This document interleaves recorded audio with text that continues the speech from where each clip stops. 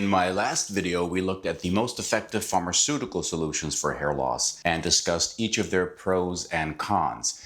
Today, we will look at the same thing with natural solutions or non-pharmaceutical solutions. Hair loss, hair thinning, receding hairline, whatever you want to call it, it sucks. And it's something that affects millions of people, especially us men. I do see men who look really good with a bald head. I just don't think I would be one of those guys.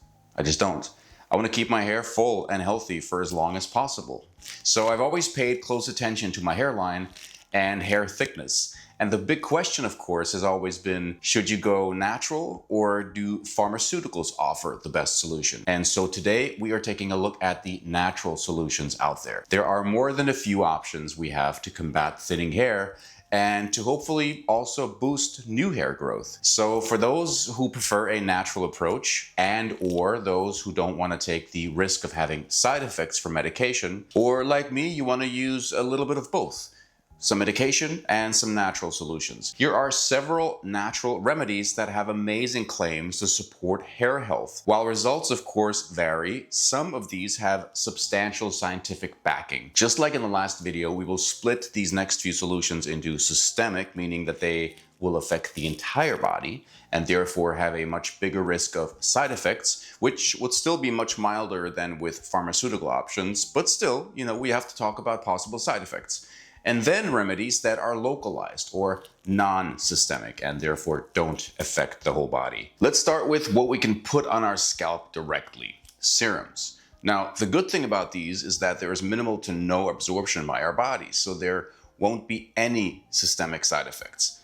Let's talk about the most effective ingredients to look for when you're buying a serum to increase your hair density. Now, if you search for hair serums, most of them will have rosemary oil in them. Some of them are pure rosemary oil, maybe with some peppermint oil or tea tree oil in it as well. Rosemary oil has gained attention as a natural alternative to minoxidil for hair loss, with studies suggesting it may help stimulate hair growth by improving scalp circulation, also reducing inflammation and blocking DHT, dihydrotestosterone, at the follicle level. A 2015 study compared rosemary oil to 2% minoxidil in individuals with androgenetic alopecia, or male or female pattern baldness, and found that both treatments led to similar hair growth after 6 months, with rosemary oil causing less scalp irritation. Its antioxidant and anti-inflammatory properties may also support hair follicle health by protecting against oxidative stress, which is a factor in thinning hair. Most rosemary serums I've tried, unfortunately, are very oily, and I just hate what that does to your hair. I also don't like to wash my hair every day, as that can really dry out the scalp. Same with peppermint or castor oil.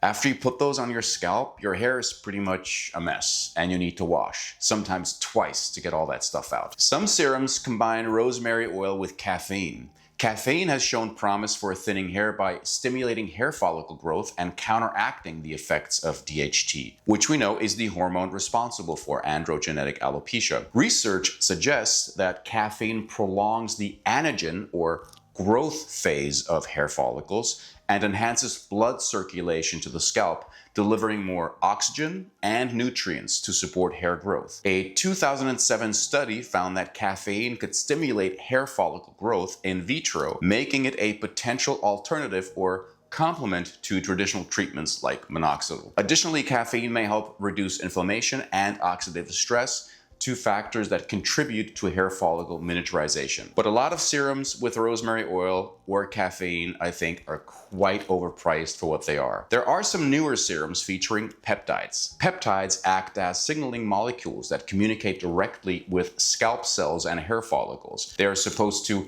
activate dormant follicles and stimulate them to enter the growth or anagen phase, thereby promoting hair growth. Certain peptides may inhibit DHT or dihydrotestosterone, right? The hormone responsible for follicle shrinking and hair loss. And peptides also stimulate collagen synthesis in the scalp, strengthening hair roots and follicles. But I have exciting news to share because a full head of hair is something that I care about a lot. I have launched my own hair growth serum, and I believe it rises above the other popular serums out there. How's that, you might ask? Well, my hair growth boost serum contains an award-winning ingredient, and that ingredient is Densidol, which is made from microalgae. The serum additionally incorporates several potent ingredients without added alcohol or fragrance. So a bit more about Densidol. Densidol, which was developed by a company called Algactive, has proven effects in enhancing hair density and reducing hair loss. A 5-month clinical study was conducted to evaluate the efficacy of Algactive's Densidol. The trial focused on its effects on hair loss, hair density, gray hair reduction, yes please, and scalp health. And the key findings of that study were there was a 25.9% increase in hairs in the anagen or growth phase, and an 11.43% increase in overall hair density, which demonstrates the product's ability to promote hair growth. This shows a 4-fold increase in hair density compared to EGF, or epidermal growth factor, and a 2-fold increase compared to minoxidil, which is incredible. Volunteers also experienced a significant reduction in gray hair with visible improvements in natural hair color. Scalp hydration improved by 26.7%, which enhances overall scalp health. The serum also contains the active Bicapil complex. Bicapil is linked to improved follicle anchorage and reduced hair loss. It's a blend of, and also glycine soy germ extract, and these are so hard to pronounce. But of course, the serum also contains rosemary oil, which we just talked about and which is a true superstar when it comes to boosting circulation to the scalp. Like already said, most serums I've tried with rosemary oil are very oily, and this one isn't. The texture is very light, and you don't have to wash your hair twice like I had to after trying some of these other serums. Next, the serum has ginger. Ginger contains active compounds like gingerol and zingiberine, which stimulate blood flow to the scalp. Improved circulation, as we know, ensures that hair follicles receive more oxygen and nutrients, promoting a healthier and faster hair growth. Licorice root extract is another key player. It soothes the scalp and reduces buildup, creating the perfect environment for your hair to grow. And last, to give your hair and scalp that extra boost, we have added vitamin C and vitamin A. Now, these antioxidants help fight free radicals and support collagen production, which is essential for healthy, resilient hair. Click on the link in the description box to order a bottle or to find out more. Now, let's talk about some supplements, shall we? First off, this is one I'm sure you've heard of before, saw palmetto. This is a natural DHT blocker that is claimed to work similarly to finasteride, but with fewer side effects. And studies do suggest it may slow down hair loss, but these studies also show that finasteride is about twice as effective in blocking DHT. So if you don't want to take finasteride because of the risk of sexual and psychological side effects, then saw palmetto might be worth exploring. Just don't expect a miracle. Saw palmetto is a small palm tree native to the southeastern United States, particularly Florida. Its fruit, which is a dark berry, has been used for centuries in traditional medicine by Native Americans to treat various ailments, including urinary and reproductive issues. Today, saw palmetto is commonly available as a dietary supplement in the form of extracts, capsules, or teas derived from the berries. I have taken a DHT blocking supplement, a natural supplement that contains saw palmetto, and I did not see any effects from this. This was years ago. I do not take saw palmetto now. I get enough DHT blocking from my serum. Something I definitely supplement with is zinc and copper. I made an entire video about zinc, copper, and how being deficient can have detrimental effects on our hairlines. And I will have the link for that in the description box. But here's just a quick overview.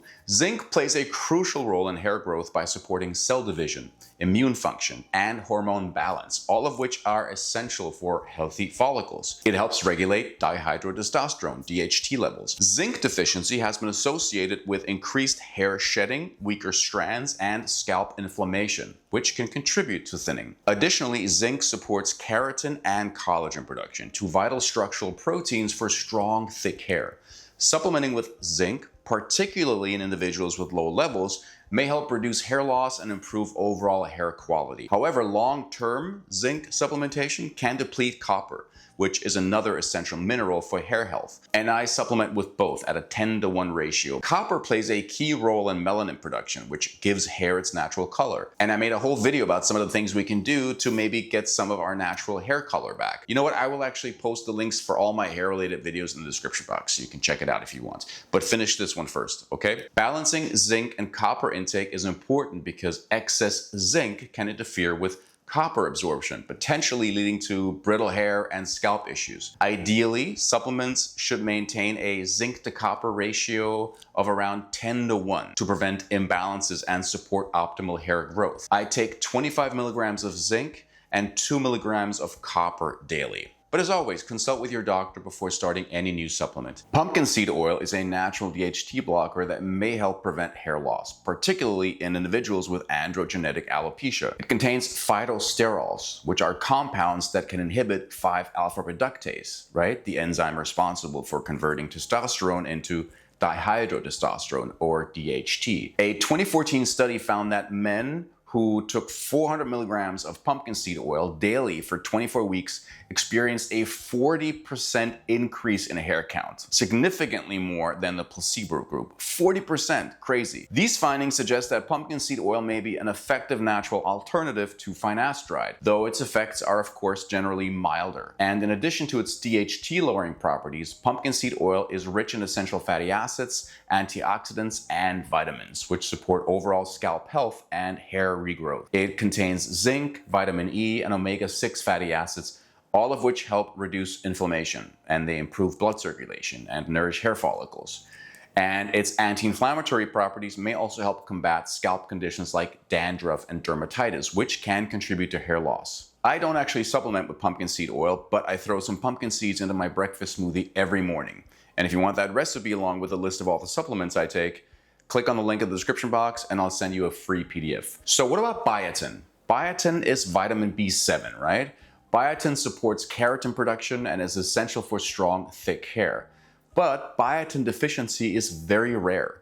Biotin is naturally found in many foods like eggs, nuts, seeds, and vegetables. Most people get sufficient biotin from their diets, so supplementation may not make a difference unless there's an actual deficiency, which is quite uncommon. While biotin is often marketed for hair, skin, and nail health, the evidence supporting its effectiveness is thin outside of deficiency cases. And studies showing benefits are often small and poorly designed or focused on people with specific medical conditions, not the general population. So I don't supplement with biotin, as I eat a pretty healthy and nutrient-dense diet. Most of the time, at least. Next, we have reishi mushroom. Reishi mushroom, or Ganoderma lucidum, is a powerful adaptogen that may support hair growth by reducing DHT levels, lowering inflammation, and improving scalp health. Research suggests that reishi can act as a natural 5-alpha reductase inhibitor, meaning it may help prevent testosterone, DHT, blah, blah, blah. Some studies indicate that reishi may inhibit DHT production by up to 70 to 80%, making it definitely a promising natural alternative to pharmaceutical DHT blockers like finasteride. By helping regulate hormonal imbalances, reishi may slow down hair thinning and promote a healthier environment for our hair to regrow. And reishi's immune modulating effects may also support better circulation and nutrient delivery to the scalp, ensuring that follicles get the oxygen and nutrients that they need. So I do supplement with reishi mushroom extract. I take 1 gram daily. And last but not least, we have black seed oil.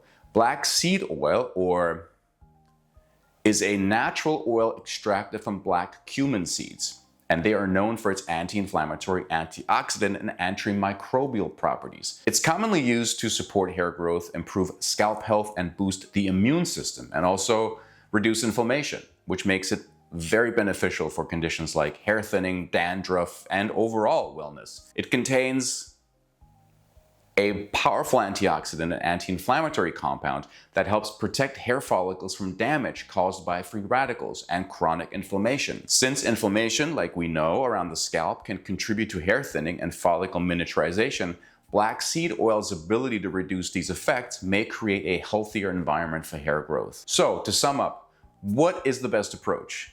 In my opinion, a combination. Using pharmaceuticals if necessary, while also supporting your hair with a healthy lifestyle and natural remedies. Especially if your hair is only beginning to thin a bit. I think that's the best way to go, and I've had great success with that. So personally, I use both chemical and natural solutions to prevent thinning hair and to boost hair growth. I throw a few things at it, my scalp and hair, that is, and it seems to be working very well. I use my serum every other day, and then I use a Dermastamp once per week, and I take oral minoxidil. I'm way too lazy for this twice a day thing, and I just find it super annoying. And my scalp would get itchy sometimes, and that's just really uncomfortable. And if you haven't yet, watch my last video about pharmaceutical solutions for hair loss, or check out my video about zinc and copper and their connection to hair health. Thanks for watching. I'll see you next time.